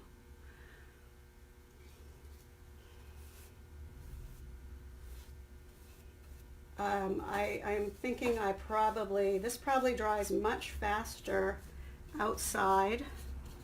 I mean, like if you're painting it outside or in warmer temperatures. Just like, can't really see over there, just like any paint that you're painting. So like if you were doing a door, like you're painting outside and you're doing your front door, man, I would think that would dry pretty quickly, like as you're painting it. At least that's the issue that I've had with other enamels. All right, where do I want to move this to? All right, we're going to do the centerpiece there. So the weird color, remember, is that I shot some primer on there. Right here, it's white, just to make sure that I had all of the dark wax and the stuff that I had like worked into the medallion last time I painted it. I want to make sure that was all out. We're going to fill it with glaze anyways. Anybody have any glaze color ideas? I'd love to hear them. I haven't decided what I'm using yet. I would like to use white, but I'm not sure how that'd look. So opinions are welcome.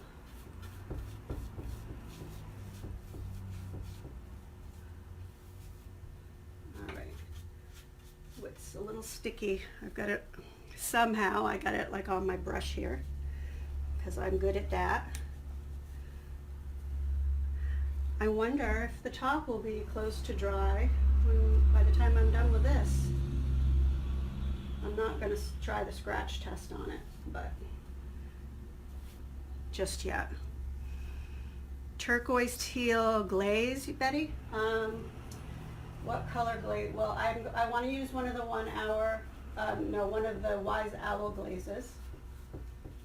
Okay, I've moved down to the end here, so I'm not sure if you guys can still see.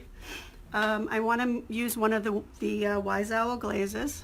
I have white. It's called white wash, but I've seen it on some projects and it looked pretty, like nice and white.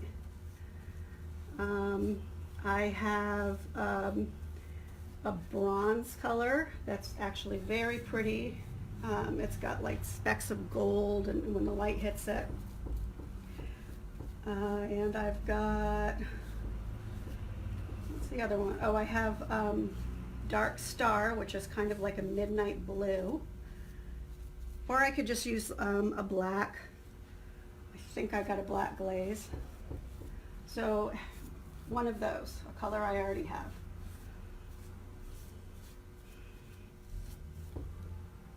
It's very pretty. It's I think it's because it's still wet, but I'm not used to painting with paints with a gloss, and it looks kind of glossy.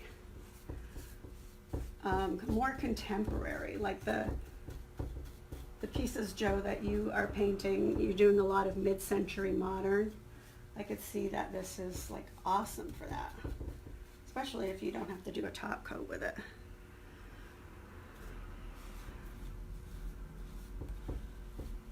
Now it is a little thinner than what I'm used to, so just be careful of drips. I'm being mindful, messy painter that I am. The bronze does sound really pretty. I love the bronze. I've used it over bare wood. Do you think the bronze would look good with this color though? Yeah, I think your cabinets would look awesome with this. If you go to the Wise Owl page, there's tons and tons of cabinet samples where people are using this for their cabinetry, and it's gorgeous. I would love to do my cabinets too, but just looking at them, the job seems daunting. You know, there's so many, and I know what hard work it is to do it right. You know, you got to take everything apart. You have to sand, you have to prime. You know, it's kind of like if you're an electrician, when you get home, like you probably have lots of new lights and things that haven't been installed because you're sick of doing it at work, so you don't do it at home. I think it's kind of the same for me. I am not very interested in taking on big big projects at home. All right, I can see where it's drying, and it's drying a little more matte. All right, I gotta get the underneath. Yeah, let's try. You know what? Let me grab, since this dries so fast. Good sample board. Gee, why didn't I think of that? Let me go grab something. Although I'll do it after instead of making you guys sit here because it wouldn't dry fast enough for me to try the bronze on anyways. I know what the bronze looks like. I'm just wondering what it's going to look like over this. Oops, I see a drip here. Maybe I will end up sanding a little bit. So watch for drips if you're not used to this kind of paint. I see a couple more. Oh, I hate drips. All right, I got to slow down. Okay. This is the stuff that you guys can't see and that I hope I catch before it dries. You've used bronze over the abyss and it was pretty? Okay, Michelle, thank you. I think it would be nice too. I love the bronze. It's a warm tone, and this green I think would go really well with it, this abyss. All right. You guys want to see what the top looks like? Let's see if I can, how's that look? Still drying, but you can't, you can't see brush strokes, right? I don't want to rush it. I want to make sure I wait until it's completely dry. So the marks on there are the marks that are just where it needs a second coat, not brush stroke. So I think a Klingon with this is definitely the right way to go. So, all right, I love this. I don't think you guys want to see me do the other side, and I'm just painting, right? I'm gonna finish this up. I might give it a second coat today. If I don't, I'll hopefully get to it tomorrow. I'll do the glaze live though, because I'm guessing a lot of you would want to see the glaze. I don't know if you've used it. I love glazing. I love waxing even more. But I can show you how I glaze, and we'll figure all that out together. Yes, so use the flat Klingon, she says. You don't want to, the flat brushes are better for this because the other one, the ovals and the rounds, load too much paint. The flat ones are the correct brush for this. Yeah. I'm going to try to go live again tomorrow, but I have a furniture delivery, so I'm not sure if I'll be able to, but I will glaze live. Look at this. Oh my God. It somehow got on my brush, and so now it's all over me. I'll let you know if this is soap and water cleanup. When I'm done painting this, I'm going to go live again in about a half an hour because I'm working on my mermaid board, and I'm going to do the drip technique to paint the kind of the seaweed and the water. I'm going to be painting and dripping, so I'm just going to turn the camera on for that because that's a fun technique. So I'll see you in about half an hour with something different. It'll be available on replay though too. All right, go wash my hands. Do I have to wash them fast? I have to finish painting this, and that means I'm going to have more paint on me before I'm done. That's okay.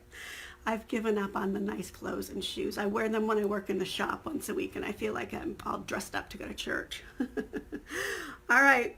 Have a good afternoon. I'll see you back in about half an hour if you want to see me finish working on my, my mermaid sign thing. All right. Thanks, you guys.